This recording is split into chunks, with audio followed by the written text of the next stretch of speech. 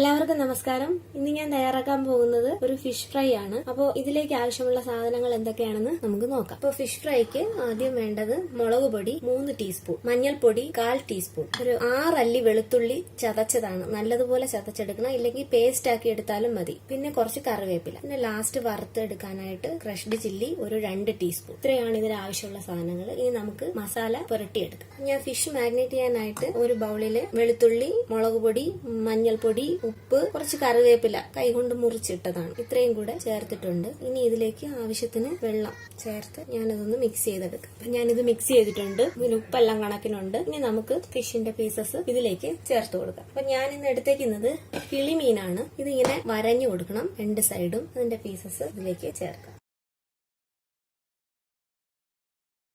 അപ്പോൾ fish fry ചെയ്തെടുക്കാൻ നമുക്ക് തുടങ്ങാം. ഞാൻ അതിലേക്ക് ചെറിയ കുഴിവുള്ള ഒരു പാൻ അടുപ്പിൽ വെച്ചിട്ടുണ്ട്. പാൻ ചൂടായിട്ടുണ്ട്. ഇനി ഇതിലേക്ക് ഓയിൽ ഒഴിച്ചു കൊടുക്കാം. ഞാൻ വെളിച്ചെണ്ണയാണ് ഒഴിക്കുന്നത്. വേറെ സൺഫ്ലവർ ഓയിൽ എന്തെങ്കിലും ആവശ്യമുള്ളവർ അത് ഉപയോഗിക്കാം.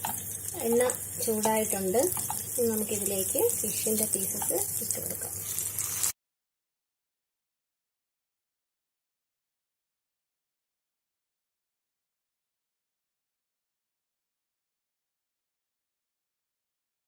ഫിഷ് റെഡി ആയിട്ടുണ്ട്.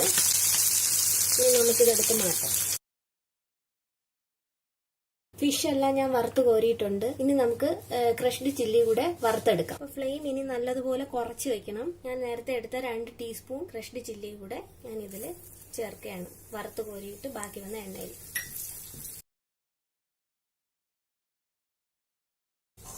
ചെറുതായിട്ട് മൂത്ത മണം വരുമ്പം ഇതും കോരി മാറ്റണം. ചെറുതായിട്ട് ഫ്ലെയിം കൂട്ടി വെച്ച് കൊടുക്കാം. ഒരുപാട് കൂട്ടണ്ട, ഒരു മീഡിയം ഫ്ലെയിം മതി. മൂത്ത് തുടങ്ങിയിട്ടുണ്ട്. ഞാനിത് ഇതിൽ നിന്ന് എടുക്കുകയാണ്. ഇനി കുറച്ച് കറിവേപ്പില,